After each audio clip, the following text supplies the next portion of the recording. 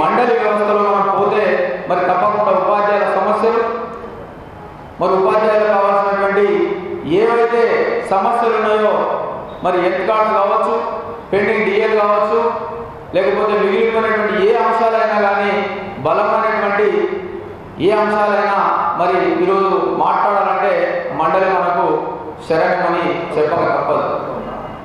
విద్యార్థుల సంక్షేమం కానీ ఉపాధ్యాయుల సంక్షేమం కానీ మరి వాటన్నిటికీ ప్రధానమైనటువంటి మనం ఒక కేంద్రంగా మనం మండలి చెప్పచ్చు. మనము మంచి మాట లేకుంటే చెడ్డ మాటతోనైనా మరి ముఖ్యమంత్రి గారు కావచ్చు, అధికారులు కావచ్చు, ఎవరినైనా ఈ పలానా పాఠశాలకు సమస్యలు ఉన్నాయి తీర్చండి అని చెప్పి మనము నిర్భయంగా వాళ్ళని మాట్లాడేటువంటి అవకాశం ఉండదు. ఇలా ఎంతోమంది ఉద్యోగాలు లక్షల్లో ఉన్నటువంటి ఉద్యోగుల్లో ఎంతోమంది అమలు లేని పాపం ఉద్యోగాలు వచ్చిన వాళ్ళు సిపిఎస్తో కొట్టుబెట్టాడుతున్నారు. వాళ్ళకు ఓపీఎస్ లేక పాత పెన్షన్ విధానం వస్తే ఎంతోమంది కుటుంబాలు ఈరోజు రోడ్డున పడేటి కాదు. ఒక నాయకుడు అనే వాళ్ళు 5 సంవత్సరాలు చేస్తే వాళ్ళకు పెన్షన్ ఉంటుంది. అదే ఇలా ఉద్యోగి 30 సంవత్సరాల సర్వీసులు పూర్తి చేసినా కానీ ఆయన పాపం సిపిఎస్ అని చెప్పి దాన్ని పక్కన పెట్టినటువంటి సందర్భాన్ని మీ దృష్టికి తీసుకొస్తున్నా.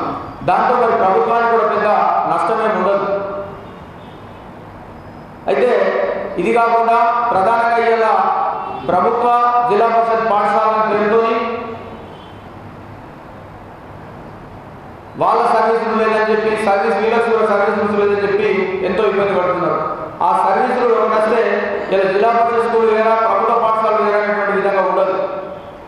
ఇలా ఎడ్జిటీలో కావచ్చు, పండితులు కావచ్చు, స్కూల్ అసిస్టెంట్ పీజీ బోర్డు మా ప్రమోషన్స్ కావచ్చు, లేకపోతే పీజీ వాళ్ళకు డిప్టైర్స్ కావచ్చు, లేకపోతే జూనియర్ కాలేజ్ వాళ్ళు జూనియర్ ఇంటర్మీడియట్ డిగ్రీ, ఈ విధంగా ఒక ఛానల్ పెరిగేటువంటి అవకాశం ఉంటుంది కామన్ సర్వీస్ రూల్ వస్తే. అయితే వీటన్నిటికీ నన్ను గెలిపించినట్టయితే మన మీడియా ద్వారా ఉపాధ్యాయులకు పిలుపునిస్తున్నాను. నన్ను గెలిపించినట్టయితే తప్పకుండా మరి ఈ సమస్యలన్నిటి మీద పాటుపడతానని చెప్పి తెలియజేస్తా ఉన్నాను. ఇక అరకొర జీతాలతో చాలని బతుకులు వెలువరిస్తున్నటువంటి సోదరులు కేజీబీ ఉద్యోగులు. కేజీబీని చూస్తే పాప వాళ్ళకు అరణ్య రోదనగా భావించవచ్చు. ఒక పక్క చాలని జీతాలు, మరి మాకు జీతాలు కావాలని మొన్న అన్ని రోజులు సమ్మె చేస్తే రాష్ట్ర ప్రభుత్వం వారికి ఇచ్చినటువంటి బహుమతి ఏంటంటే మీ సమ్మె కాలాన్ని మళ్ళీ తిరిగి జీతం ఇవ్వనని చెప్పారు. తన హక్కుల కోసం పోరాడితే మన హక్కులు రావాలంటే మరి సమ్మె చేయాల్సిందే. ఆ సమ్మె జీతాన్ని నిలుపు చేసి పాపం వాళ్ళ పుట్టబడినటువంటి సందర్భం. మరి ఆనాడు ఈ ఉన్నటువంటి ఎమ్మెల్సీలు కావచ్చు, రాష్ట్ర సంఘ నాయకులు కావచ్చు, ఎవరు కూడా పాపం వాళ్ళకు మద్దతు ప్రకటించినటువంటి సందర్భం లేదని చెప్పి ఈ సందర్భంగా నేను గుర్తు చేస్తా ఉన్నాను. గురుకుల పాఠశాలలో పనిచేసిన ఉపాధ్యాయులందరికీ కూడా మరి వాళ్ళ కనీసం కూడా 0101 పద్ధతి కింద వాళ్ళకు జీతాలు రావడం లేదు. అలా పనిచేసే లెక్చరర్స్ కావచ్చు, ప్రిన్సిపాల్స్ కావచ్చు, వాళ్ళందరికీ కూడా ఇప్పటికీ గజెటెడ్ కూడా లేదు. అదే మన ఇంటర్మీడియట్లో పనిచేసే వాళ్ళకు ఇది గజెటెడ్ ఉంటుంది. అక్కడ గురుకులాల్లో పనిచేసే వాళ్ళకి మాత్రం ప్రిన్సిపాల్ అయిన వాళ్ళకు గజెటెడ్ కూడా లభించడం లేదంటే ఎంతో మనం విచారించదగ్గ విషయంగా మనం చెప్పవచ్చు. ఇక నా వ్యక్తిగత విషయాలకు వస్తే తెలంగాణ ఉద్యమంలో, మలిదశ ఉద్యమంలో తెలంగాణ ఉద్యమకారుడిగా సీరియస్గా పనిచేసి మరి చెలో అసెంబ్లీ కార్యక్రమానికి వెళ్ళినప్పుడు 40 రోజులు మరి వాళ్ళు లాఠీ చెంపలు తిని 40 రోజులు ఇంటి దగ్గర మరి దెబ్బలు తిన్న తర్వాత ఇంటి దగ్గర వైద్య సేవలు అనేటువంటి సందర్భాన్ని ఈ సందర్భంగా గుర్తు చేస్తా ఉన్నాను. ముదిరాజు సంఘానికి రాష్ట్ర నాయకుడిగా, అదేవిధంగా తెలంగాణ బీసీ మహాసభ రాష్ట్ర ప్రధాన కార్యదర్శిగా గత 35 సంవత్సరాల నుండి నేను కొనసాగుతా ఉన్నాను. నిర్మల్ జిల్లా కేంద్రంగా Indian red cross society, NCC, అదేవిధంగా నిర్మల ఉదయ సేవా సమితి అనేటువంటి స్వచ్ఛంద సేవా సంస్థల ద్వారా నిరంతరం నా శక్తి మీద కార్యక్రమాలు తీసుకోవడం జరుగుతూ ఉన్నది. ఐఆర్సీఎస్ ద్వారా మరి ఎన్నో బ్లడ్ క్యాంపులు నిర్వహించి నేనే స్వయంగా గర్భవతులైన స్త్రీల ఆపరేషన్ కూడా కావచ్చు, ప్రమాదం ఉన్నటువంటి వాళ్లకు అవసరమైనప్పుడు ఫోన్ ద్వారా వాళ్ళకు సమాచారం ఇచ్చి తెలుసుకొని మరి 72 సార్లు రక్తదానం చేయడం అనేటువంటిది జరిగిందని సందర్భంగా తెలియజేస్తా ఉన్నాను. వీటన్నిటిని గుర్తించుకొని 2009లో 2016లో జిల్లా రాష్ట్ర అవార్డుని ఆంధ్రప్రదేశ్ ప్రభుత్వం ఇవ్వడం జరిగింది. 2016లో లయన్స్ క్లబ్ వాళ్ళు రాష్ట్ర స్థాయి అవార్డుని ఇవ్వడం జరిగింది.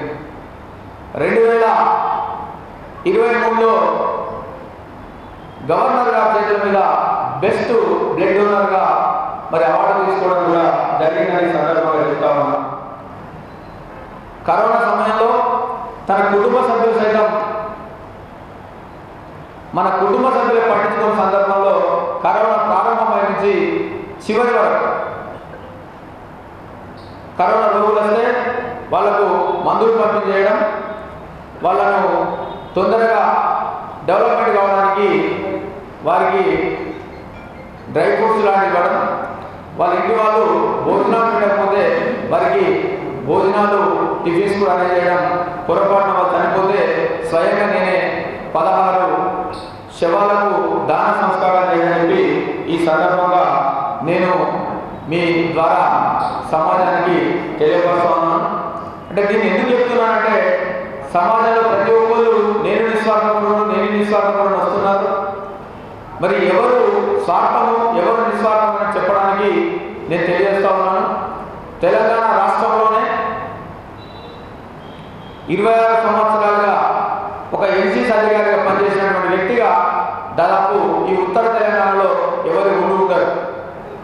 అది నేను ఒకటే పాఠశాలలో ప్రభుత్వోన్నత పాఠశాల కర్మా నిర్మల్ జిల్లా కేంద్రంలో నేను ఎందరో మంది విద్యార్థులకు ఉన్నతమైనటువంటి శిక్షణ ఇచ్చి ఆ శిక్షణ ద్వారా వారికి మంచి భవిష్యత్తు కొరకు విద్యా ఉద్యోగాల్లో ఉపయోగపడే విధంగా వారిని నా ముందు తయారు చేయడం జరిగింది. ఉపాధ్యాయుల సమస్యల శాశ్వత పరిష్కారానికి ఆ దిశగా నేను పనిచేస్తానని తెలియజేస్తూ మరి ఉపాధ్యాయులందరూ కూడా మరి నా పేరు యాటగారి సాయన్న, మరి సీరియల్ నంబర్ ఉపాధ్యాయ బ్యాలెట్లో 2వ నంబర్ ఉన్నది.